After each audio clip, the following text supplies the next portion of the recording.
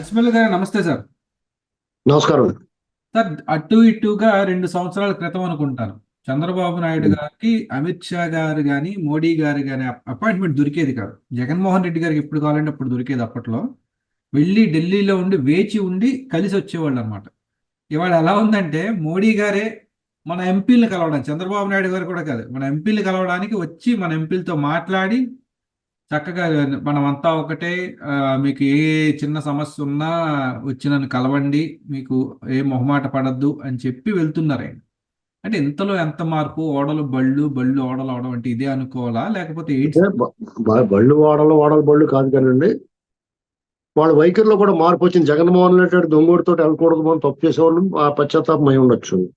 పరివర్తన, పశ్చాత్తాపం కాదు, పరివర్తన.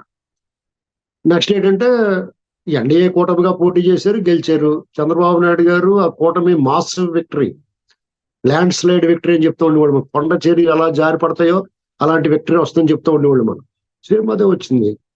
డెఫినెట్ గా ప్రజల తీర్పుని గౌరవించాలి. ప్రజలు ఎవరైతే అనుకున్నారో వాళ్ళని గౌరవించాలి, అలా గౌరవిస్తున్నారు వాళ్ళు.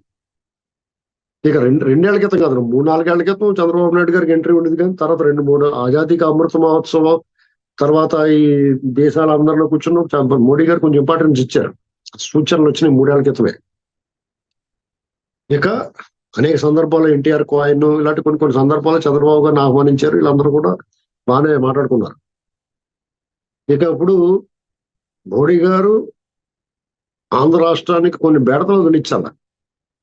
వాళ్ళ చేతిలో సిబిఐ ఉంది కాబట్టి వివేకానంద రెడ్డి గారు మర్డర్ కేసు చక్క నడవాల. జగన్మోహన్ రెడ్డి కేసులు ఆల్రెడీ రెడ్డి వచ్చి మొదలైనట్టు మొదల నుంచి వస్తున్నాయి. అంచేత ఇప్పుడు ఆంధ్రప్రదేశ్లో ఇతను చేసిన దుర్మార్గాలు అరాచకాలమే బోల్డ్ కేసులు ఉంటాయి. ఇందులోనే లోపల పెట్టేసి మాట్లాడు. వాళ్ళ ఎంపీలని ఏం అడగక్కర్లేదు, వాళ్ళే పట్టుకొచ్చి ఇచ్చేస్తా ఉన్నారు, లేదా వాళ్ళే పార్టీ మారిపోతారు. దాని గురించి వర్రీ అవ్వక్కర్లేదు. ఇకపోతే ఆర్థిక సహాయం అందిస్తారు. మంచి రోజులు వచ్చినట్టే. నేననేది ఏంటంటే మోడీ గారి నుంచి కేంద్రం నుంచి మనకు రాష్ట్రానికి రావాల్సిన వాటాలు, పన్నుల వాటాలు అవి కాదు. జగన్మోహన్ రెడ్డి వాళ్ళు దొంగల మూట దగ్గర నుంచి రికవరీ విషయంలో మోడీ గారు సహాయం చేయాలి. వాళ్ళు దొంగిలించిన సొమ్ము అంతా రికవరీ చేయటంలో వాళ్ళు సహాయం చేయాలి. రాష్ట్ర ఖజానాకి జమ చేయాలి. ఇది వాళ్ళు చేసే మేలు, పెద్ద మేలు ఏంటంటే వీళ్ళు దాదాపు 7-8 లక్షల కోట్లు కొట్టేశారు అన్ని రకాలుగా. ఆ డబ్బు ఇచ్చేస్తే మనం 3 పోలవరాలు కట్టేయచ్చు, 4 అమరావతులు కట్టొచ్చు.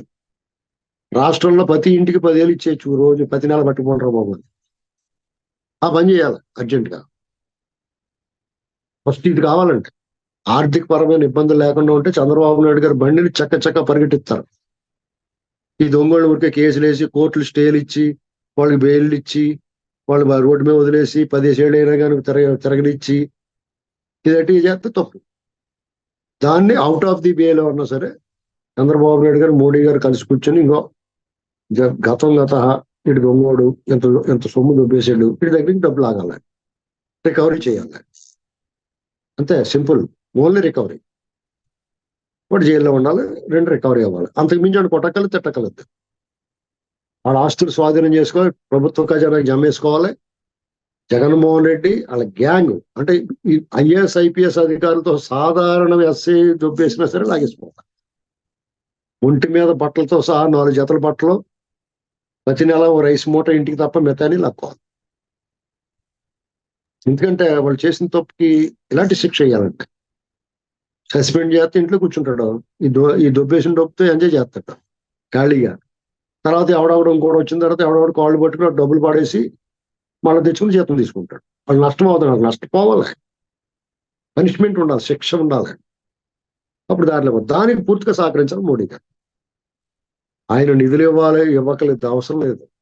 వీళ్ళ దగ్గర రికవరీ చేసుకుంటే బోళం డబ్బు. ఆ వైపుకు ఆలోచించాలి. వీళ్ళని ఎలా తినేనిచ్చి వీళ్ళ దగ్గర ఎలాగే ఉండిచ్చి మళ్ళీ మోడీ గారిని ఇమ్మని లేదా నిధులు ఇమ్మని కూర్చుంటే వాళ్ళకి చిరాకు వస్తుంది. వీడు మళ్ళీ 4 ఏళ్ళు పాపం 5 ఏళ్ళు కళ్ళు మూసుకుంటూ వచ్చేస్తా ఉండదు. అలా కళ్ళు మూసుకుంటే ఇటు దొబ్బేసిన 7-8 లక్షల కోట్లు 15 లక్షల కోట్లు అయిపోతాయి. దాంతో 13 ఒక 1000 కోట్లు ఎట్టుకొనేసుకుంటాడు. మొత్తం దేశాన్ని లాగేస్తాడు. మీరు ఏదో తమాషా అనుకుంటున్నారా? ఇప్పుడు ఆంధ్రప్రదేశ్ వ్యవస్థ ఎలా కుళ్ళిపోయి చెదలు పట్టేసింది, పుచ్చిపోయింది, పురుగట్టేసింది. ఎవరిని కదిపినా కానీ ఈ జగన్ ప్రేమికుల్లా కనపడుతున్నాడు. అసలు రాజకీయ ఇప్పుడు టీడీపీలో ఉన్న వాళ్ళు కూడా నమ్మలేకపోతున్నాం. ఇప్పుడు బీజేపీలో ఉన్న మంత్రులు ఉన్నారు కొంతమంది మన ఆంధ్రప్రదేశ్ నుంచి, వాళ్ళని నమ్మే పరిస్థితి లేదు. విపరీతంగా ప్రేమిస్తున్నారు జగన్. ఇలాంటి ప్రమాదకరమైన పరిస్థితుల్లో కత్తులు బోర్లో ఉన్నారు వీళ్ళు.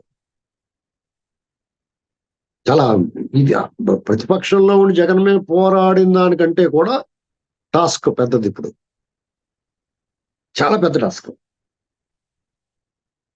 కాబట్టి నేను సింగిల్ పాయింట్ ఎజెండా, ఈ దొంగల దగ్గర నుంచి డబ్బు రికవరీ, అంతే సింపుల్. మీరు దొంగను పట్టుకుంటారు, వాడు ఎక్కడ సొత్తు దొంగలించాడు అంతా రికవరీ పెడతారు కదా పోలీసులు. వాడి దగ్గర నుంచి ఎలాగైనా సరే లాగేస్తారు, ట్రీట్మెంట్ బాగా ఇస్తారు, ట్రీట్మెంట్ ఇచ్చి లాగుతారు. అలాగే లాగేయాలి, అంతే సింపుల్. దీని పెద్ద రాకెట్ సైన్స్ ఏం అక్కర్లేదు. నలుగురు దృఢకాయలైన పోలీసుని పెడితే వాళ్ళే లాగేస్తారు. కరుడు కట్టిన దొంగలు అయితే దెబ్బలు తోళలు తడతారు. వీళ్ళు తట్టుకొని వీళ్ళంతా వైట్ కాలర్ అఫెన్స్ చేసిన వీళ్ళంతా నేరస్తారు. ఓ గుంజు గుంజితే మొత్తం కక్కేస్తారు. ఇదే అంతే సింపుల్. రైట్. మోడీ గారు డెఫినెట్ గా కలిసి వస్తారు. వీళ్ళు 10 ఏళ్ల పాటు ఉంటుందండి ఎన్డీఏ బంధం. తెలంగాణలో కూడా గవర్నమెంట్ ఫామ్ చేయడానికి అవసరమైన పోరాటం చేస్తారు. తెలంగాణలో కూడా పని జరుగుద్ది ఎన్డీఏది భవిష్యత్తులో. దాన్ని జాగ్రత్తగా నిలబెట్టుకోవాలంటే వీళ్ళు ప్రజలు వీళ్ళ మీద పెట్టుకున్న ఆశల్ని, అంటే వీళ్ళు అభివృద్ధి చేస్తారని కాకుండా ఈ దొంగల్ని, దుష్టుల్ని, దుర్మార్గుల్ని నోటుకొచ్చిన మాట్లాడాలని తోలు తీస్తారనేటువంటి నమ్మకం కూడా కావాలి. సరే ధన్యవాదాలు. అదే ఈ సంవత్సరంలో ఏమిస్తారు ఫండ్స్, రేపు వచ్చే బడ్జెట్లో ఏముంటాయి, ఇవన్నీ బయటపడతాయి కదా. ధన్యవాదాలు సార్.